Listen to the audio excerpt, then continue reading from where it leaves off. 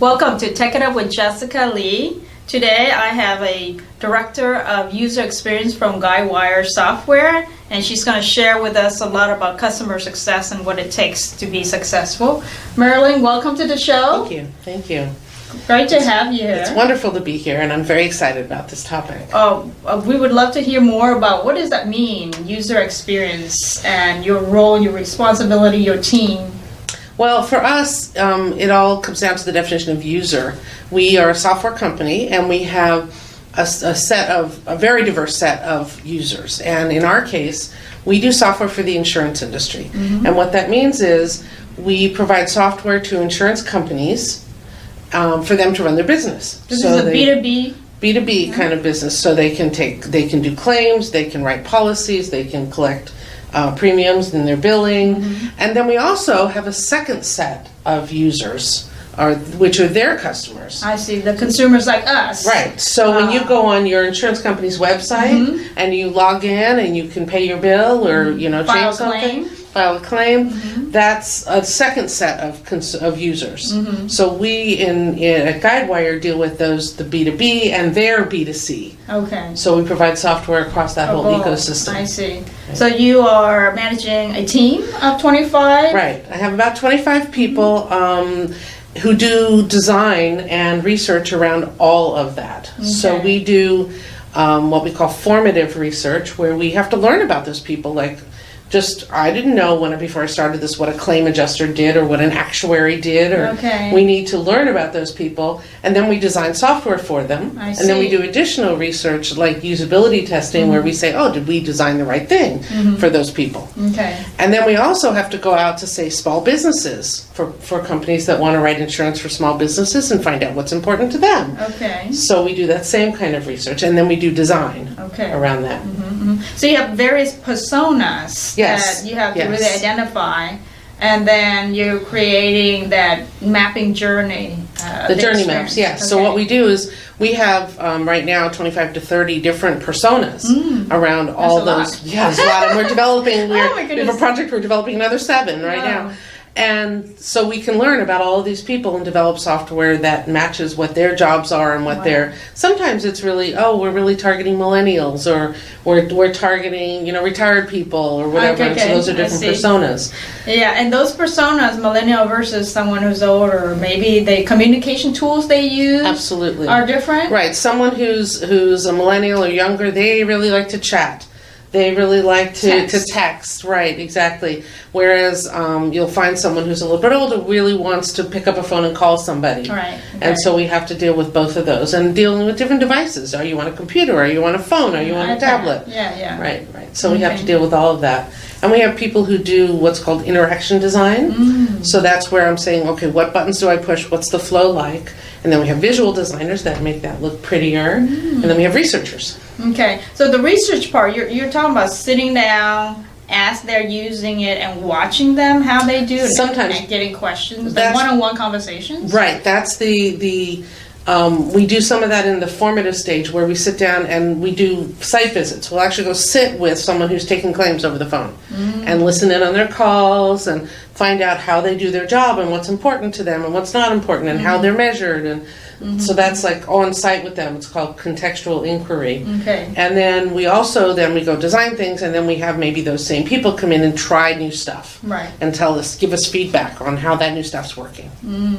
And so some of the challenges you might experience would be like just having so many persona and so many projects, and also the different experts that you need to collaborate with. Right. So there's a lot of challenges. That's definitely one, because if you think about all those different parts of running the business and all the different ways that customers interact with those businesses, there are always dozens of projects going on. And so that's why we need a large team to deal with all of those different projects that are all in different stages of the software development process.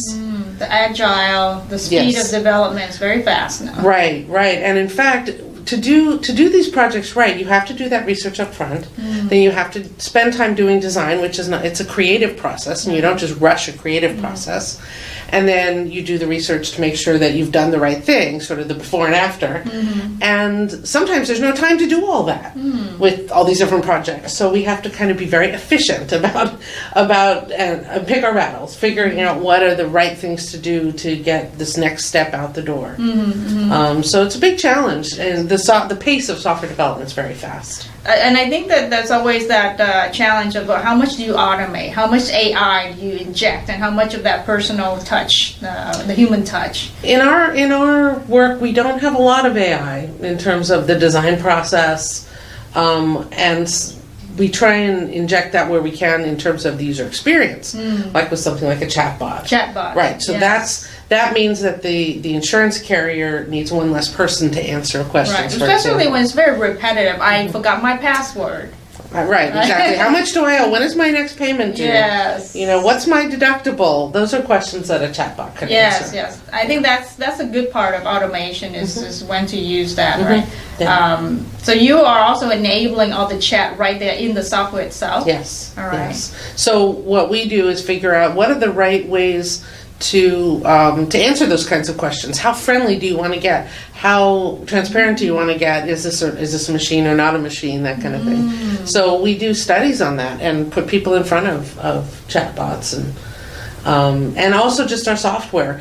Do you want it to be friendly and welcoming? Do you want it to just be efficient and businesslike? And that's different for different personas. Yeah. Okay. You actually have been with the company for over 7 years. About 7.5 years. Yes, it has grown a lot. It has grown a lot. I went from being the only user experience person there to this team of 25, and we're actually worldwide now. So I've got teams in our home base in California, and then I've got people around the United States. I've got a team in Dublin, Ireland, and a team in Krakow, Poland. Okay. And so we have unique challenges there. Dealing with the whole offshore thing. It's very hard to really collaborate when you're 8 hours away or 9 hours away, which is what those teams are. Yeah. And so we have to make an extra effort to be one team. Right. So somebody's got to work in the evening. Well, I have meetings that generally start at 6:30 or 7 or 7:30 in the morning, and the team there, it's not unusual for them to be in meetings as late as 8 o'clock or so at night. Yeah, I understand, because we have teams in Poland and we have teams in India. Oh, India's even worse. Yes, so we do have to, somebody has to sacrifice the evening hours. Yeah, it's a tough one. But we try and balance it a little. Like, I don't schedule meetings late on their Fridays, and nor do we schedule meetings early on my Mondays. That helps a little bit. What about some of the innovations that are coming down the line with 2019 and technology is moving fast? So.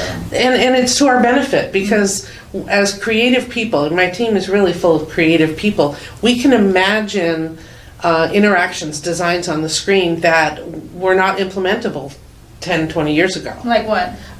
Just different motion animations. We call them micro animations. Little things like, as you're typing into a screen, like your password, how that little thing animates, it says if it's strong or not strong. Yes. That's a micro animation. I see. And it really helps the experience. And it wasn't that long ago that just wasn't technically possible to do in real time. And now it is. So there's small and large innovations that allow that. Or like changing the entire color scheme of our product with just a few clicks. And that's pretty interesting for us, because remember, we're selling software into insurance companies and they want to brand it. They want to do their own branding. So we need to... So you white label your product? Pretty much. Okay. And then they can put their own colors and their own logos and things like that on it. But we have to design the experience for them to be able to do that.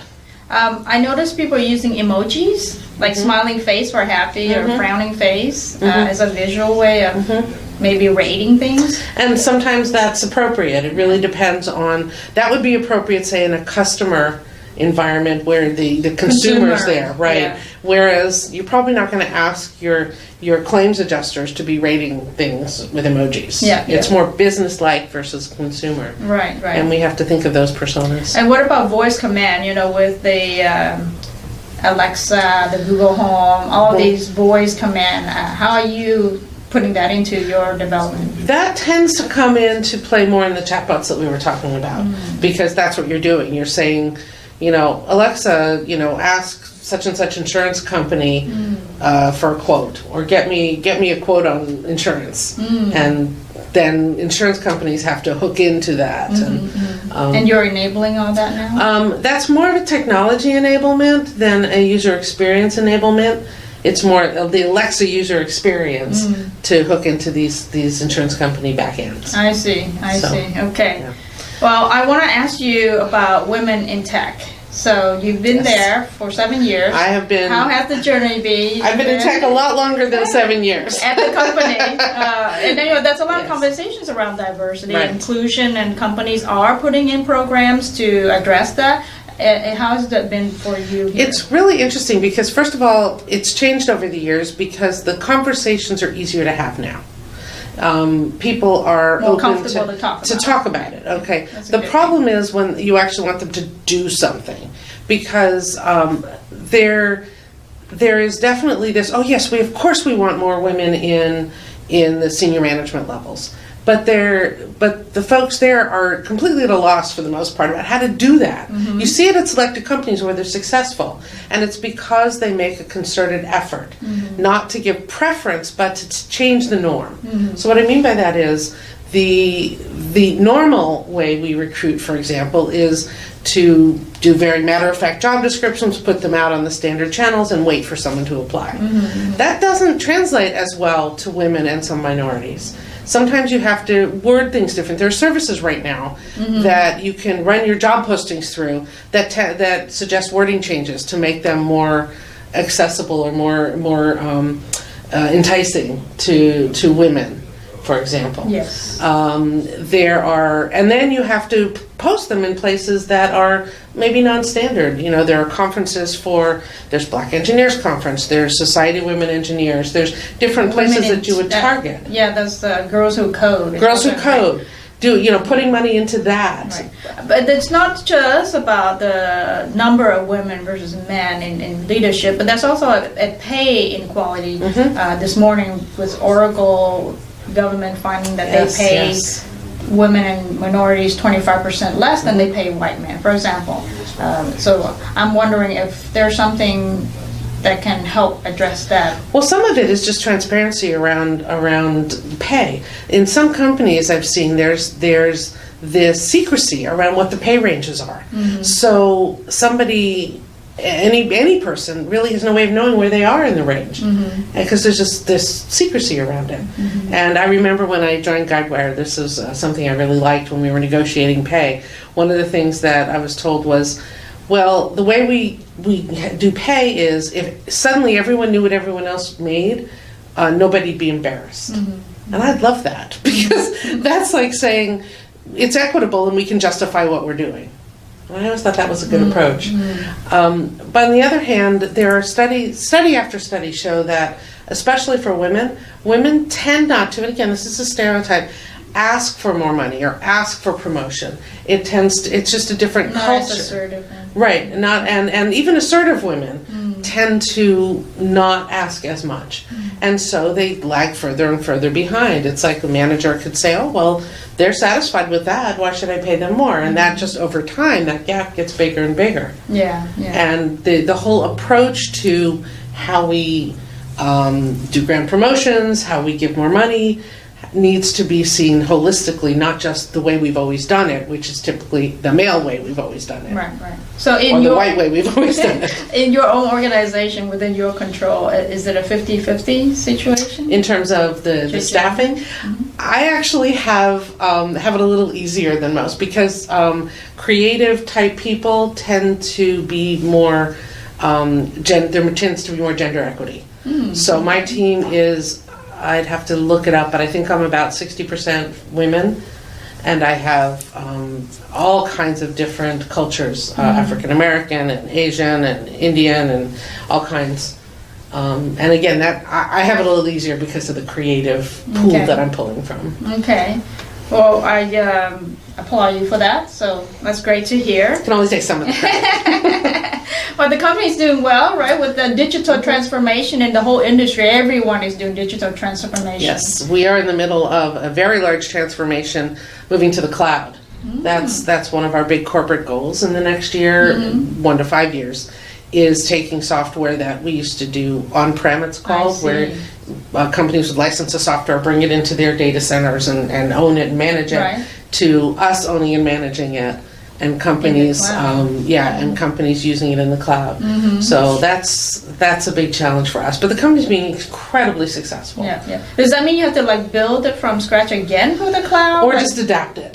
Some cases build, some cases adapt, and we're in the process of that transformation right now. We're really excited about it. And from my perspective, from a user experience perspective, there's a whole class of users that are different now.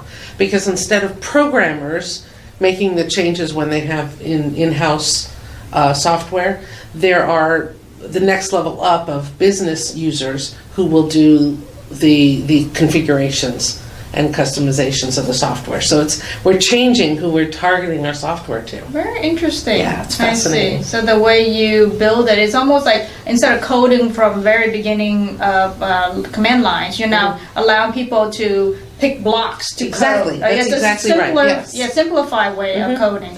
And so you don't have to be a programmer in order to, like what I mentioned before about changing the color scheme and the logos, you don't have to be a programmer to do that anymore. Right. Yeah, just drag and drop. Right, exactly. So it's a whole different class of users. I can use it then. Yes, you totally could. You totally could. Yes. So Marilyn, talk to me a little bit more about the types of expertise that you have that's needed to do the job. Well, it's actually really varied, and the people in my team come from a huge number of different backgrounds.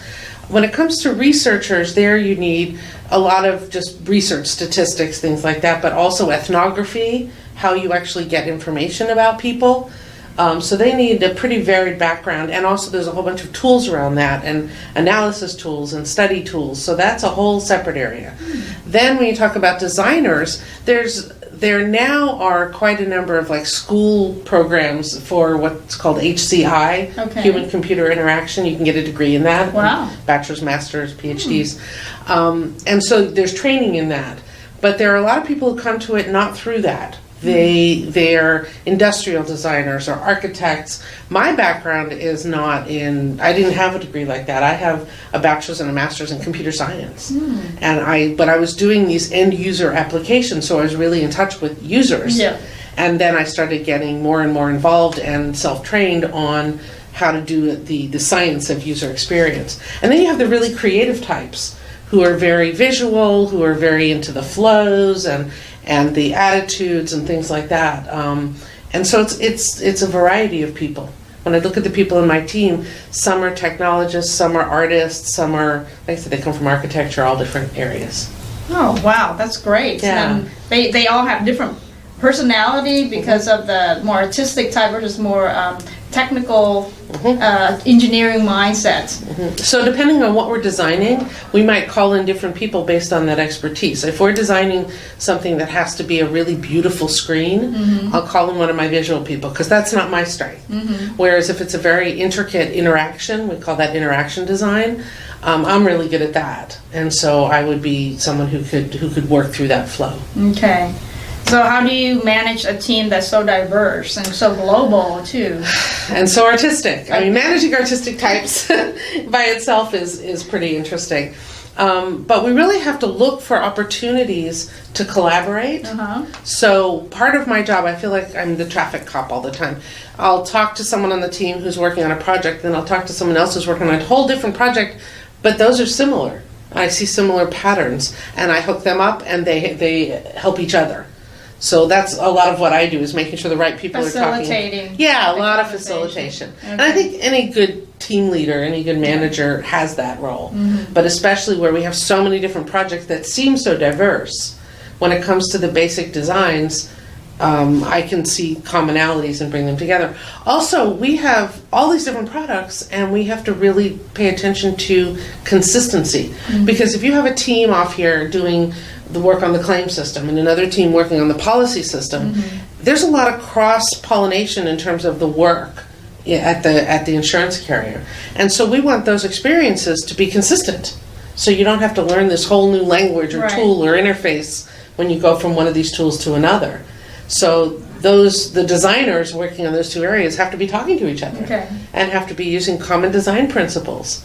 so that we have consistency across all our products. And that's another major initiative we're doing along with the cloud initiative, is getting consistency across our whole design language. How does your group fit into the whole big picture of your organization? Do you report to the technology leader, CTO? Or how do you... That's a very interesting question, because we're going through an organizational transformation at the same time. We've got some new leadership, and so we're examining that literally right now. I have a meeting about that later on. Well, what has it been then? Well, typically in different companies it's different, but generally we bounce around between reporting into the development organization, reporting into product management, who are usually the people who decide what we're building and what we're releasing. Sometimes we're in a whole separate customer experience group, sometimes in marketing. So it's very, there are different schools of thought around that. And right now we have a product organization that has development, the actual programmers, and product management, and we're in that organization. Okay. Wow. It's widely diverse at different companies. Well, thank you so much, Marilyn, for coming in and sharing with us the user experience. We would love to have you come back and talk more about it as you go through this transformation to the cloud and the change in the organization itself. That would be great. Take it up with Jessica Lee, Marilyn Hollinger, Director of User Experience at Guidewire Software. Thank you.